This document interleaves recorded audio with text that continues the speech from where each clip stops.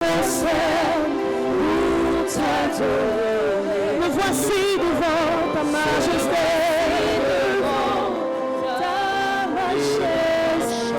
Papa, je me prosterne, Eliam, je me prosterne, Elishama, je me prosterne, je lève mon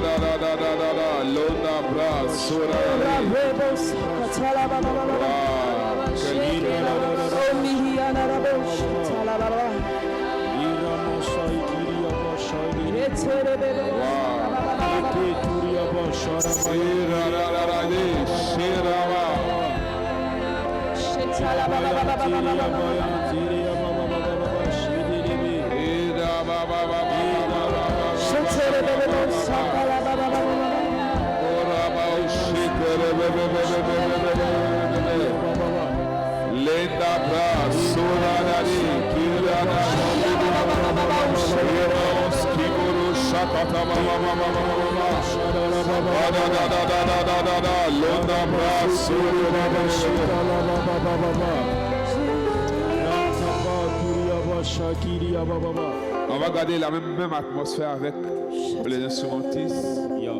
Donc vous allez jouer en adoration tout doucement. Le roi fait son entrée tout doucement avec la même atmosphère.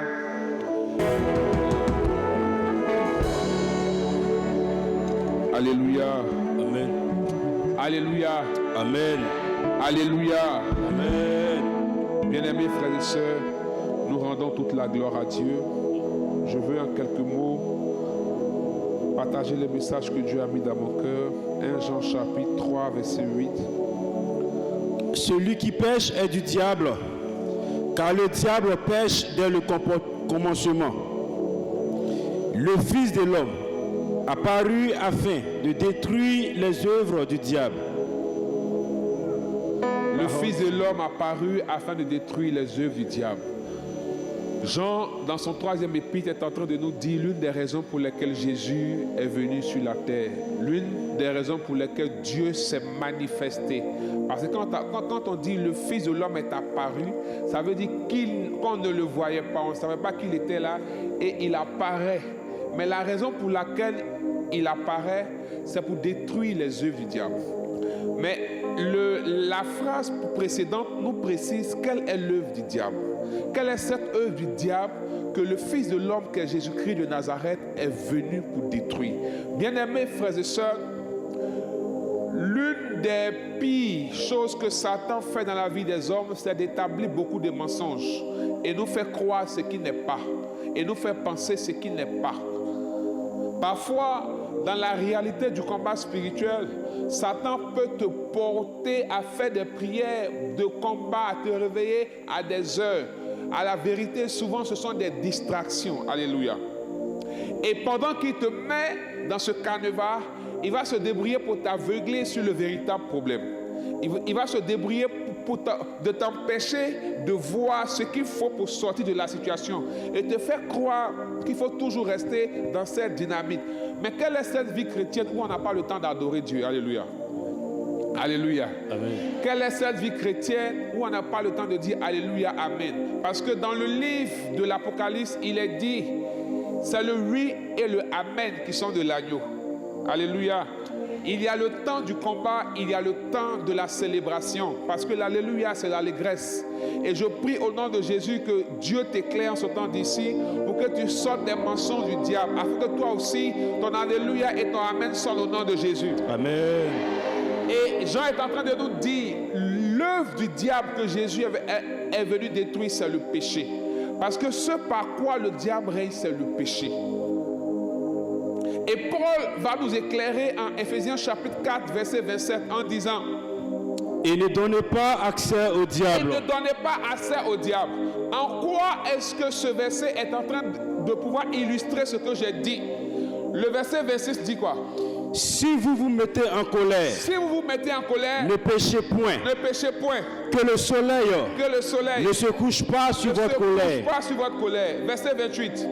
Que celui qui dérobait Que celui qui volait ne dérobe ne plus, vole plus, mais plutôt mais qu'il plutôt travaille, qu'il travaille. en faisant de ses mains ce qui est bien. Alléluia. Le verset 26 et le verset 27 est en train de nous parler des péchés, la colère et le vol. Et entre ces deux versets, il y a le verset 27 où Paul dit « Ne donnez pas accès au diable ». Ça voudrait dire la clé qui donne accès à Satan et à ses œuvres dans nos vies, c'est le péché. Alléluia. Amen. Mais le verset 26 c'est assez important parce que lorsqu'on parle de péché, on est juste porté sur les péchés de la chair. Mais il y a les péchés de l'âme et les péchés de l'esprit. Il dit, quand tu te mets en colère, ne pêche pas. Ça veut dire qu'il y a la colère qui est normale, qu'il y a la colère qui est péché. Parce que la colère en elle-même est un sentiment humain. Jésus s'est mis en colère. Moïse s'est mis en colère. Mais il y a une colère que Moïse a eue qui a eu un problème pour lui. Alléluia. Amen. Bien-aimés frères et sœurs, si nous ne voyons pas la gloire de Dieu dans notre vie, si on a l'impression de prier sans rien voir, assoyons-nous et interrogeons-nous. Quel péché je dois laisser? Quelle est la porte que Satan utilise pour me voler mes bénédictions? Les prophéties que tu as entendues, tu n'as pas encore vues. Les promesses non réalisées. Est-ce que Satan n'arrive pas à usurper cela à cause d'une porte d'accès que tu lui donnes? Paul ne dit pas que c'est Dieu qui empêche l'accès à Satan. Il dit ne donnez pas accès au diable. Donc c'est nous qui décidons de donner accès au diable ou non, par notre manière de vivre, par nos choix, par notre manière de faire. Parfois tu accuses Dieu, tu pries, tu ne vois rien. Mais Dieu lui-même, il est étonné que tu ne vois rien. Parce que lui, il a déjà tout accompli depuis que tu as prié. Alléluia. Et Satan se bat pour maintenir certaines personnes dans des péchés, afin de retarder leur vie, afin d'obstruer leur vie. Vous savez, l'œuvre la plus terrible que Satan fait en maintenant le péché dans ta vie, ce n'est pas de te voler ta bénédiction. Parce que Satan lui-même, il peut te bénir. À la vérité, il y a des gens qui vont chercher l'argent chez lui, non? Il y a des gens qui cherchent la gloire chez lui, non? Mais pourquoi toi, il s'acharne autant dans ta vie en maintenant certains péchés? Il te met dans des situations, dans des péchés qui vont attaquer ta foi et rendre ta foi incapable et médiocre. Il te donne la foi des Égyptiens, plutôt des Juifs qui sortent de l'Égypte. On leur dit qu'il y a une terre promise qui s'appelle Canaan. Allons-y.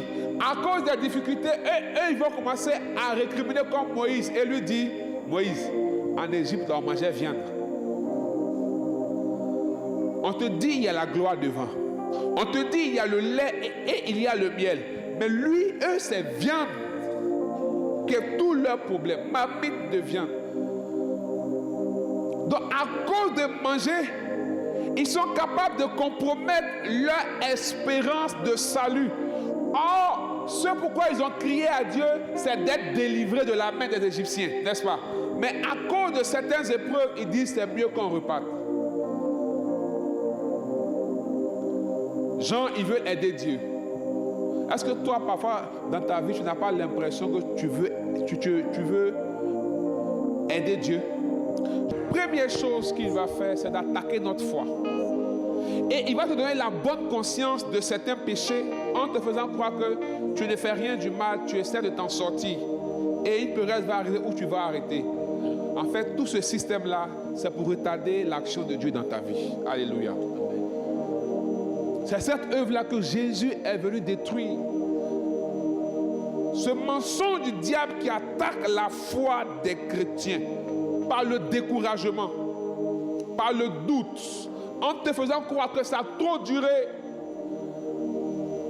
Et c'est ce qui pousse certains à aller chez les marabouts, chez les féticheurs. Lorsqu'on leur fait des propositions, Satan te fait croire que ça là, ça passe vite. Et les Ivoiriens ont créé adage. Satan se fait vite, Dieu lui dure. C'est ce péché-là C'est cette œuvre de Satan-là. Parce que l'imitation, même les autels de nos familles sont réactivés dans nos vies à cause du péché. Dès que tu commences à remettre Dieu en cause, dès que tu te détournes de certaines choses, il y a des points de contact, des autels de nos familles qui sont des péchés, des choses qui ont été pratiquées dans nos familles. Donc Satan se débrouille pour que toi, tu pratiques la même chose. Car si la malédiction des pères est la malédiction des fils, c'est parce que la faute des pères devient la faute des fils. Alléluia. Même cause, même effet. Donc le problème, ce ne sont pas les effets, c'est la cause qu'il faut annuler. Alléluia. C'est pourquoi Paul dit, si vous êtes en colère, ne pêche pas. Si tu as remarqué que dans ta famille, tout le monde a un problème de colère, ton palabre, ce contre quoi tu dois te battre, c'est la colère. Parce que chaque fois que Satan va vouloir te faire manquer une saison, il va susciter des occasions de colère dans ta vie. Alléluia. Chaque fois, si Satan a pu tenir ta famille par un comportement, une habitude, peut-être un péché d'impudicité, un péché sexuel, le vol, la tromperie, chaque fois que le ciel va relâcher la faveur sur toi, Satan va se débrouiller de créer les conditions pour que ce péché-là s'active, pour que tu le manifestes. Quand tu le manifestes, il va présenter à Dieu. Ton principe dit, quand on fait ce péché, voici ça, même cause, même effet. Donc voici, j'accuse la personne. C'est fini. C'est comme si on te conduit devant le tribunal pour t'envoyer. Le problème, ce ne sont pas les conséquences que tu dois attaquer. Attaque la base. Par quoi Satan me tient? Il y a des périodes dans ta vie, quand tu as l'impression que tout est en train de se rééquilibrer, tu tombes dans certains travers. Et ça te ramène en arrière. En fait, l'arrière dont ça te ramène, ce n'est même pas l'argent que tu n'as pas. Ce n'est pas le travail que tu n'as pas. En fait, tu commences à être troublé. Remarque bien. Tu commences à être confus. Et tu as l'impression de perdre le cap. Tu ne sais plus ce que tu veux. Tu ne sais plus où tu t'en vas. Alors lui, maintenant, il peut venir tout te proposer. Est-ce que quelqu'un est en train d'être délivré ce soir déjà? Voici le piège de Satan. Voici comment il attaque notre foi et il te convainc. Bien-aimé, c'est pourquoi Jésus a dit, est-ce que quand il va revenir, il va trouver la foi sur la terre encore? Est-ce qu'il va trouver la foi sur la terre? Et Satan, quand il te met dans ça, quand il te met dans le trouble, la confusion, il va susciter des propositions. Tu n'as plus la clarté de discernement. Et il va même manipuler tes rêves. Satan a la capacité de manipuler les rêves. Les œuvres de la sorcellerie, les principautés et les dominations dans le règne démoniaque ont cette capacité de manipuler les rêves de certaines personnes. Les esprits méchants du monde des ténèbres, les agents démoniaques, là, ils peuvent manipuler tes rêves. Un marabout peut manipuler tes rêves. Un féticheur peut manipuler tes rêves. Un homme des sectes peut manipuler tes rêves. Ce sont des agents démoniaques. Dans la sorcellerie, on peut manipuler tes rêves pour te faire croire quelque chose qui n'est pas, pour que tu prennes la mauvaise décision, tu quittes le chemin de Dieu. Parce que celui qui n'est plus sur le chemin de Dieu n'a plus la protection de Dieu. Alléluia. Là où Dieu ne t'a pas envoyé, l'ange n'est pas là pour t'aider. Alléluia. C'est cette œuvre-là que Dieu vient détruire. Et il va s'aimer par la suite la culpabilité. Combien de personnes se culpabilisent de certaines fautes? Tu n'arrives pas à te pardonner. Or, celui qui n'arrive pas à se pardonner, il lui sera difficile de s'ouvrir à la miséricorde de Dieu. Or, l'un des péchés que Jésus dit qu'il ne sera pas pardonné, c'est le blasphème contre le Saint-Esprit. C'est le péché contre le Saint-Esprit. Mais péché contre le Saint-Esprit, c'est quoi? C'est se fermer à la miséricorde de Dieu. Parce que c'est lui qui vient nous convaincre de péché, de jugement et de justice. C'est nous qui nous interpellons pour dire, tu as mal vécu. Ça là, ça ne plaît pas à Dieu. Reviens à Dieu. Donc Satan va te mettre dans la culpabilité et te faire croire que toi là, Dieu ne peut plus t'accepter. Que toi là, on ne peut plus. C'est ce que tu as fait là. Non. Et même quand tu te confesses, tu dois te repentir encore. Tu n'es pas sûr que Dieu t'a pardonné. Donc tu ne trouves pas la grâce. Hébreux 4,16 dit, approchez-vous avec assurance du trône de la grâce. Lis ça rapidement.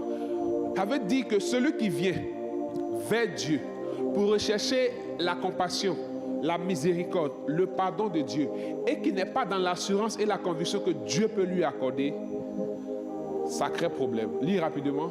Approchons-nous donc avec assurance du trône de la grâce afin d'obtenir miséricorde et de trouver grâce pour être secouru dans nos besoins. Ouais, est-ce que tu as entendu? L'accès et l'ouverture de ton cœur à la miséricorde est une clé pour que tu aies la grâce de Dieu chaque fois que tu as besoin de lui, chaque fois que tu as un problème, chaque fois qu'une porte se ferme.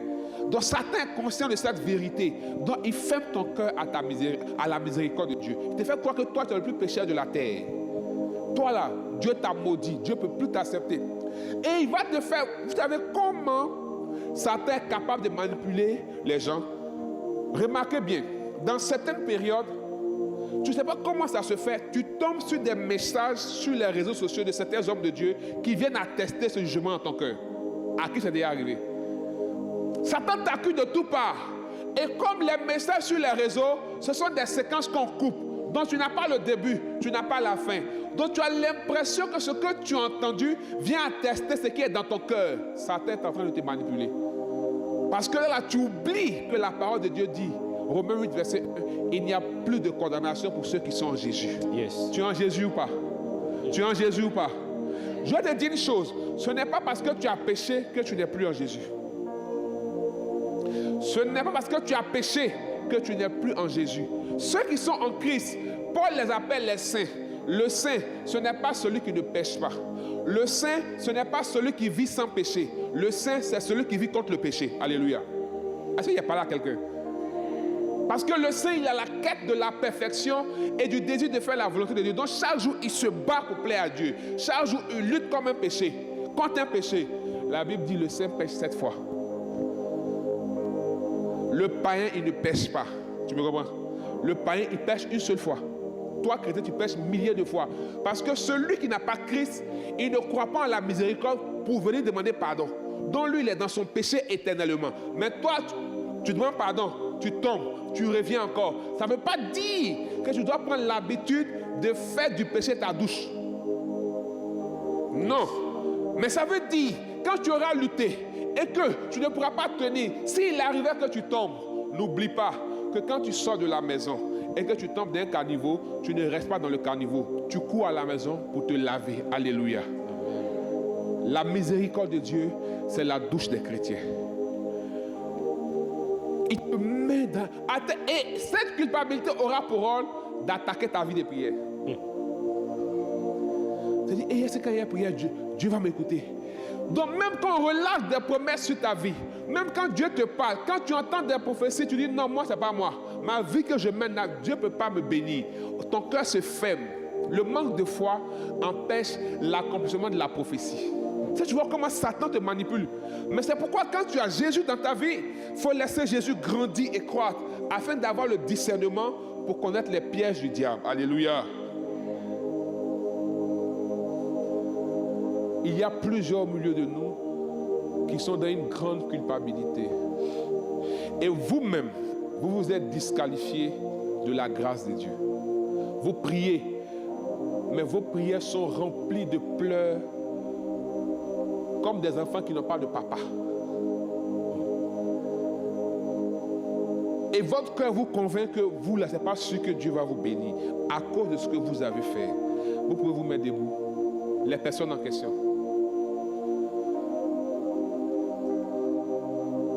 Ce ne sont pas les 3 seulement, non. J'ai vu quelqu'un là-bas.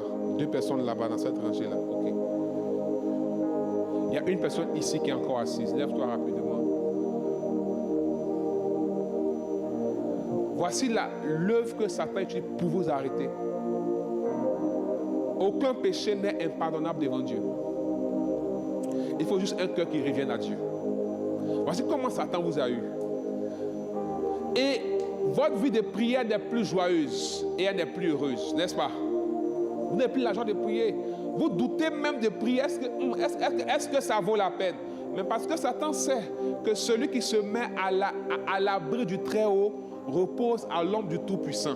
Prier, c'est se mettre à l'abri du Très-Haut. Car lorsque un homme est sous un arbre, il bénéficie toujours de l'ombre de l'arbre. Mais quand il quitte l'arbre, il n'a plus l'ombre. Satan sait que quand tu pries, tu te mets sous l'arbre de Dieu. Si tu es sous l'arbre de Dieu, l'ombre de Dieu te couvre. L'ombre de Dieu te protège. Quand les flèches, ça c'est le Psaume 91, verset 1 à 2 qui est là.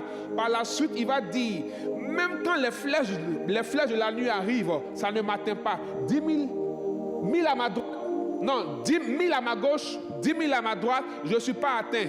Pas parce que tu fais ceci ou cela, mais tout simplement parce que tu es à l'ombre du Très-Haut. Donc Satan mène la culpabilité dans ton cœur pour t'enlever de l'ombre du Très-Haut, pour te cribler de balles. Mais je déclare au nom de Jésus que les balles qu'il a envoyées, les flèches qu'il a envoyées, à compter de ce soir, ça retourne au pied de la croix au nom de Jésus. Et toi, tu vas faire l'expérience du fleuve de la miséricorde de Dieu. Parce que quand quelqu'un se ferme à la miséricorde, l'autre œuvre que Satan va produire dans sa pensée, il va lui faire croire que rien n'est possible dans ta vie. Tu n'as plus l'espérance. Tu vis, c'est ce qui envoie la dépression. C'est ce qui envoie la dépression, le découragement. Donc, tu ne peux plus rien faire. Et même quand tu fais les choses, c'est sans conviction. C'est comme si tu es mort. Bon, tu fais parce que tu es là, tu fais parce qu'il faut faire. Non, il n'y a plus comme avant, tu étais sûr. Parce que celui qui se ferme à la miséricorde de Dieu ferme son esprit à l'œuvre de l'esprit qui renouvelle les choses chaque matin dans sa vie, qui amène la rosée chaque matin dans sa vie. Tu peux t'asseoir. Je voulais juste que tu te rendes compte que Satan t'avait piégé. Mais ce soir, Dieu a dépiégé. Alléluia. Amen. Parfois, on n'a pas besoin qu'on nous impose les mains. L'erreur des chrétiens, excusez-moi de le dire, mais on a abruti les chrétiens en leur faisant croire qu'il faut toujours qu'on leur impose la main. La parole de Dieu libère. La parole de Dieu délivre. La révélation amène l'élévation. Il y a des choses, quand tu comprends de la parole de Dieu, ta manière de vivre change. Satan te quitte automatiquement. Il y a des démons qui sont encore dans vos vies et ils vous maintiennent dans l'ignorance. Bien-aimés frères et sœurs, je termine en te disant que cette culpabilité qui te fait croire que tu es indigne de Dieu, elle ne vient pas de Dieu, elle vient de Satan. Et son but, c'est de te disqualifier de la miséricorde, de la grâce et d'attaquer ta vie de prière. Parce que pour que Jésus intervienne dans la vie d'une personne, Apocalypse 3:20 dit, je me tiens à la porte et je frappe. Si tu ouvres, j'entrerai et je mangerai avec toi. Et je souperai avec toi. Si tu ouvres. Mais comment on ouvre? C'est la décision volontaire de se donner à Dieu, d'appeler Dieu.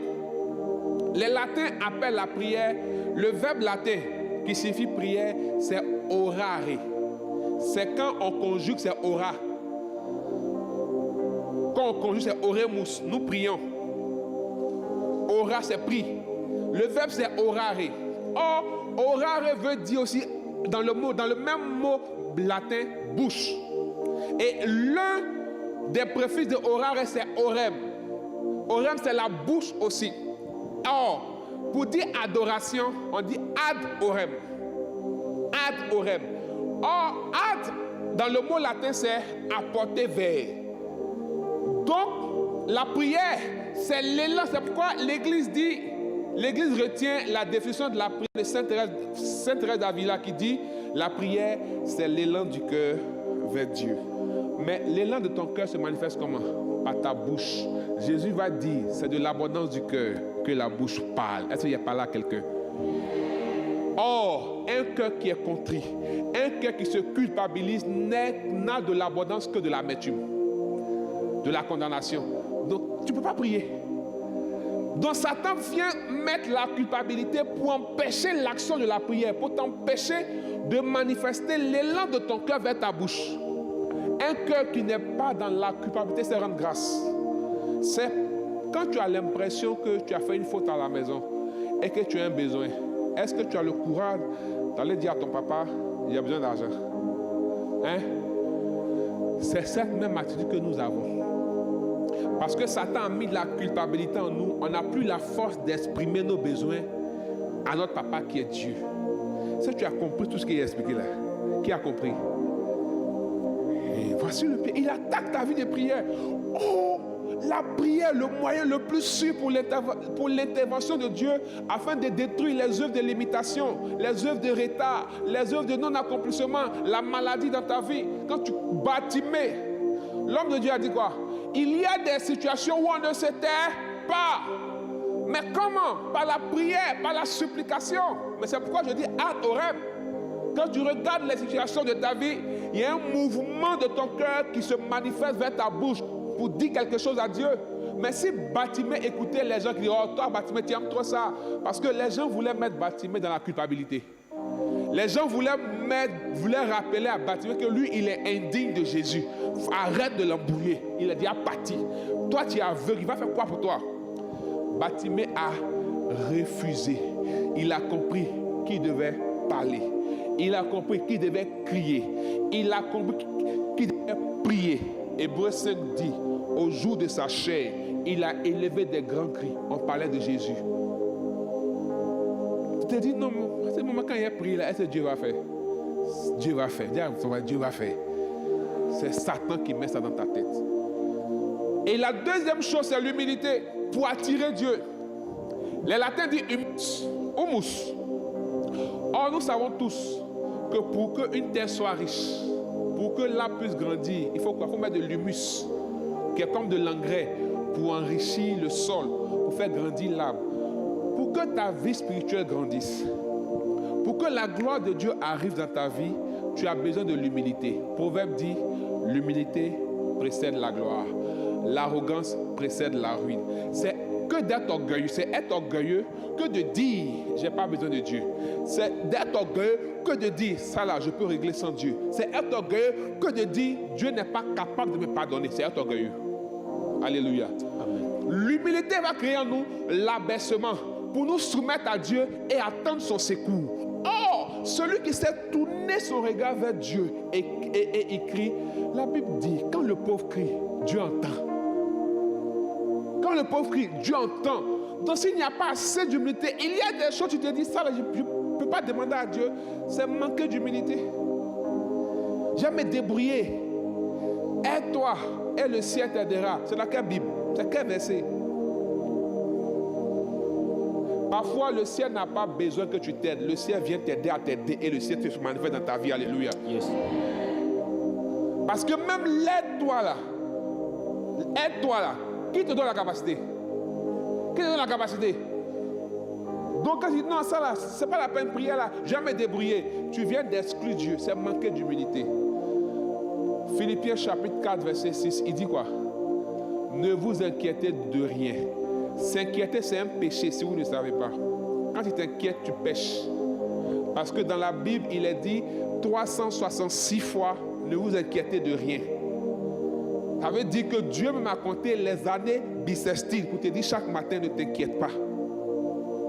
Mais quand tu t'inquiètes, c'est dit que je n'ai pas de père, je n'ai pas de Dieu, je suis seul, je ne vais pas m'en sortir. C'est de l'orgueil. Vous savez, il y a un orgueil qui met souvent dans la peur. Je ne sais pas si ça vous est déjà arrivé. Il y a des peurs qui sont en fait des conséquences d'un orgueil que nous avons. Tu as peur de ceci, mais en fait, tu as peur qu'on te dise non. Pourquoi tu as peur? Si on te dit non, ça va te blesser parce que tu es orgueilleux. Donc, comme tu as peur qu'on dise non à cause de ton orgueil, tu as peur d'essayer. Comme tu ne sais pas, tu ne vois rien. Parce que Bartimée, il a essayé. Mais quand on lui a dit que ce n'est pas possible, il faut dire amen. Non, on a postulé quand on ne voit rien. Je ne postule plus. Il faut t'asseoir. Assieds-toi. Non, afin de...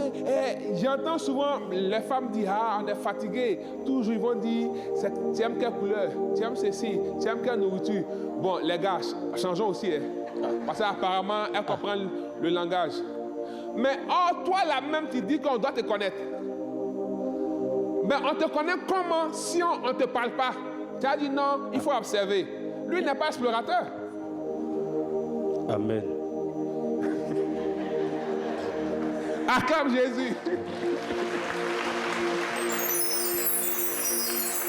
Donc vous allez voir, ces mentalités, il faut que certains se retirent. Donc du coup, quand un gars t'arrête, si ça peut venir dire, tiens, peut-être que c'est pas la peine.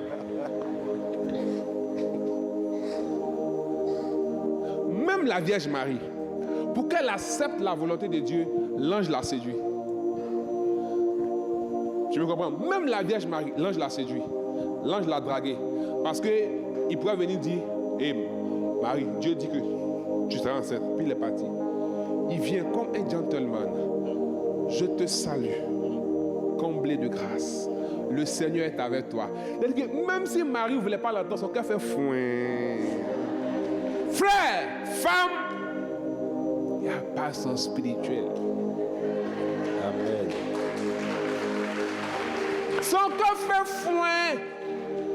Donc Dieu même a parlé, il a utilisé la main. Toi, tu ne veux pas qu'on fasse. Tu veux quoi? Tu m'appelles pourquoi? Pour aller prier. Alléluia. Amen. Donc tu te fermes. Pourquoi? Parce que hier, tu as eu des échecs. Tu as peur du mariage parce que tu étais peut-être à la porte de la dot, ça a disparu. Il n'est plus venu. Donc quand quelqu'un te parle, tu commences à avoir peur. Ah, mais si on te doit pas, on va faire comment? Ah, donc parce que un est parti, mais est-ce que un là, c'est pas Dieu qui l'a fait partir? C'est quel problème? Maintenant, lui, tu es en train de faire si c'est Dieu qui l'a envoyé. Alléluia. Voici comment ça, il faut assez d'humilité. Ça veut dire, il faut de l'humilité pour savoir recommencer. Il faut de l'humilité pour pouvoir recommencer. L'orgueil, c'est la mère des vices. L'humilité, c'est la mère des vertus. C'est pourquoi quand quelqu'un a de l'orgueil et tourne tout sur lui dans la vie, là, il ne guérit pas. Tu ne guéris pas de tes blessures quand tu renvoies tout à toi. Tu tues là-dedans.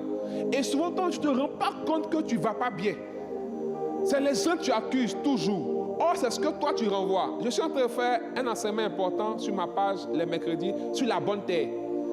Pour faire comprendre qu'à la vérité, tout ce qui prospère dans ta vie, là, ce n'est pas ce qui arrive. C'est la terre que tu es qui fait prospérer. Parce que ici, là, quelle que soit la qualité de la graine, si elle est mince, si ça ne pousse pas, d'accord? Donc c'est la qualité de la terre qui favorise la croissance de la graine. Si ton cœur est très fertile aux blessures intérieures, si toi-même tu as un manque de confiance en toi, il y a des choses qu'on va te dire, ça te fait mal. Tu as pleuré, tu seras bloqué. Ce n'est pas ce qu'on t'a dit qui est le problème, c'est ton cœur qui est le problème. Si ton cœur est restauré, est réparé de la culpabilité, de la condamnation, toutes les balles que Satan va envoyer, tu as amorti, tu as déposé. Doucement. N'a pas acclamé Jésus. Il y a des gens qui n'ont pas besoin que leur vie change pour que Satan les laisse.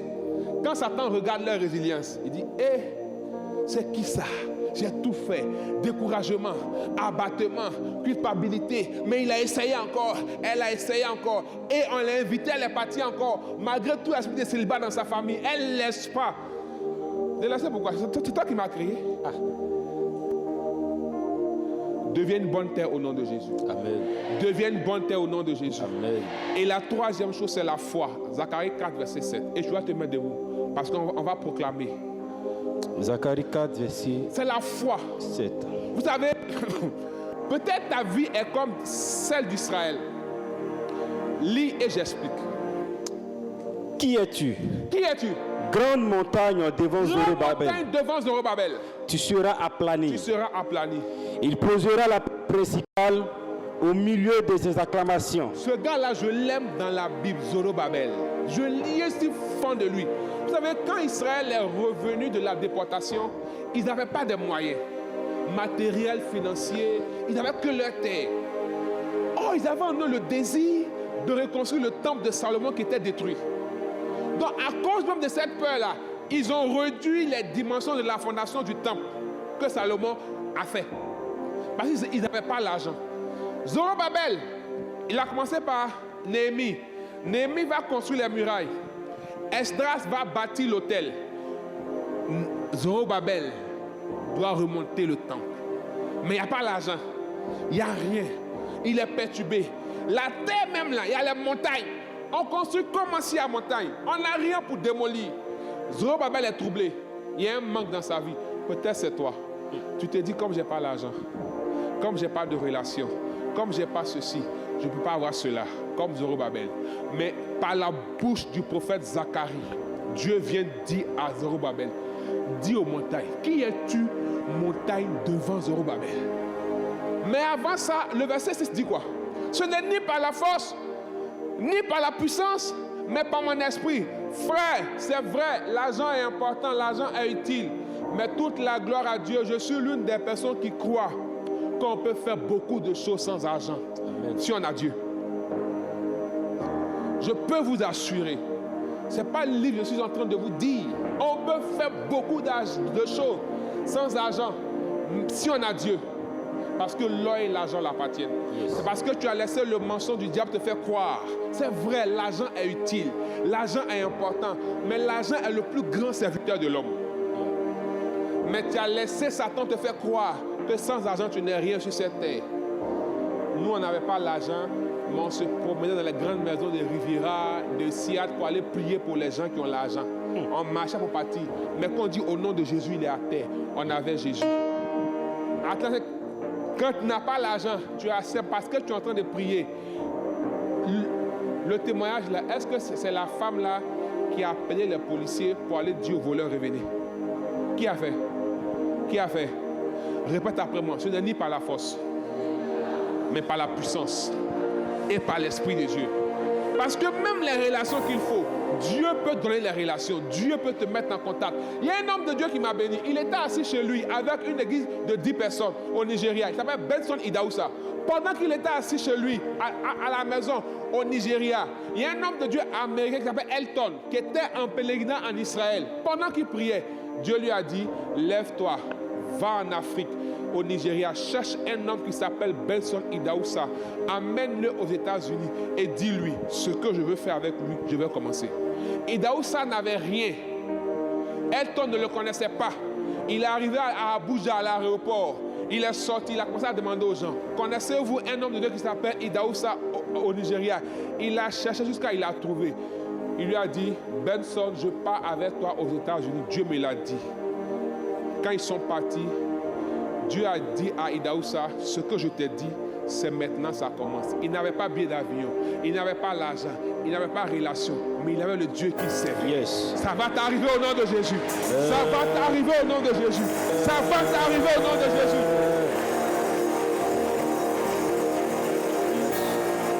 Satan a donné un mensonge aux chrétiens pour les limiter dans leur foi. Regardez, votre foi est limitée face à l'argent, n'est-ce pas?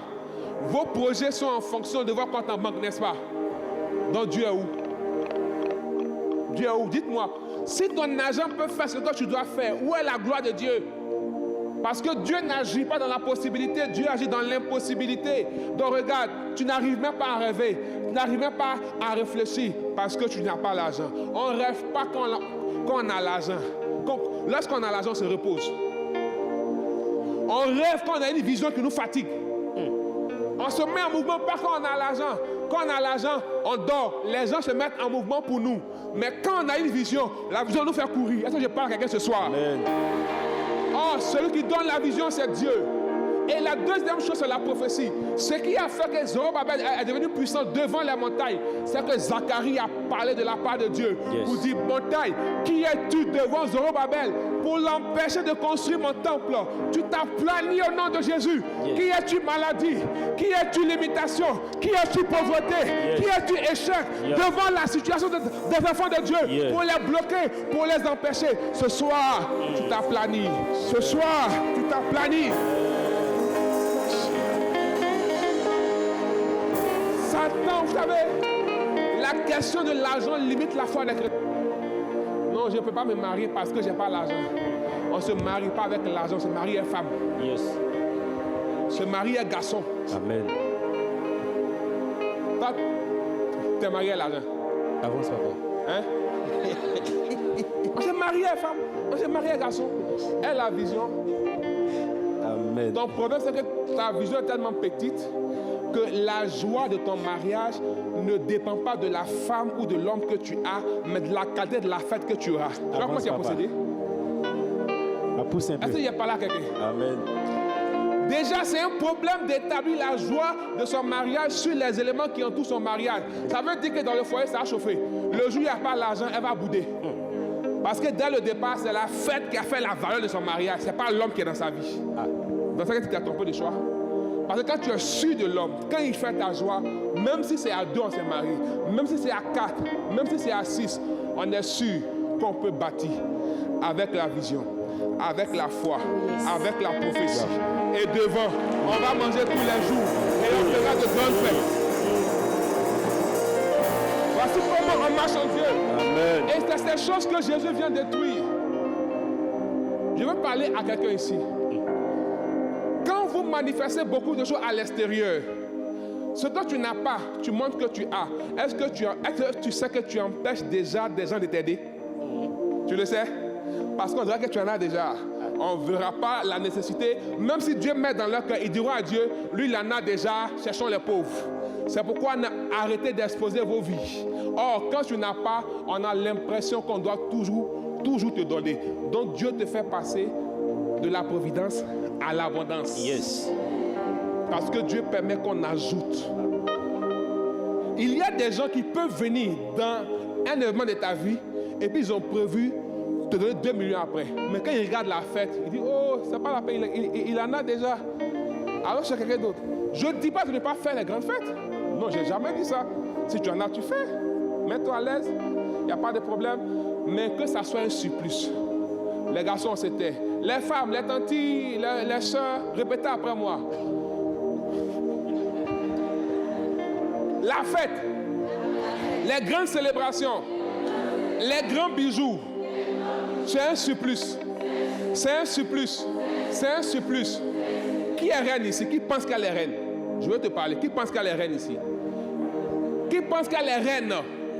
Qui pense qu'elle est reine en Christ?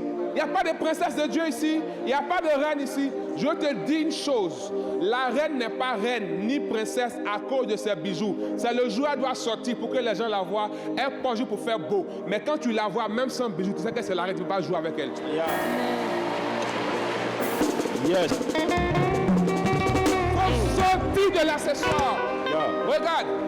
Il y a des femmes, quand je les vois dehors, tu es fan d'elles. Quand tu la vois dedans, tu es fan d'elles. Parce qu'en fait, on dit quoi? Accessoire, non? Accessoire de quoi? De beauté. Accessoire de quoi? Beauté. Mais toi, c'est accessoire qui fait ta beauté. Yeah. Comment Dieu va te localiser? Parce que tu te définis par le portable que tu auras, par le portable qu'un homme peut t'offrir, par la montre que tu peux avoir, par la marque du sac, par la marque du bijou. Tu te définis par un accessoire. Or, on dit c'est accessoire de beauté, ce n'est pas la beauté. Ça, je t'ai parlé ce soir. Il y a des hommes qui se sentent incompétents parce qu'ils disent ils n'ont pas l'argent. Même ceux qui gèrent l'argent définissent l'argent comme un instrument d'échange entre les biens et les services, mais pas entre les hommes et les hommes. Amen. Donc ta valeur n'est pas liée à la quantité d'argent que tu as, mais à ce que tu es. Parce que quand l'argent te quittera, on te verra toi. Je ne sais pas à qui je suis en train de parler, mais je vais te dire une chose. Ceux qui disent que les femmes aiment l'argent, moi je ne crois pas. Quand un homme est conscient de sa valeur, la femme, même si tu n'as pas l'argent, elle sait que toi tu as une bonne tête qui peut créer l'argent. Elle va te suivre. Yes. Amen. Il n'y a pas quelqu'un qui est plus calculateur que femme. Elles sont là, demandez-leur. Quand elle te regarde, elle se projette. Elle fait ses calculs, elle aime tout, asymptote.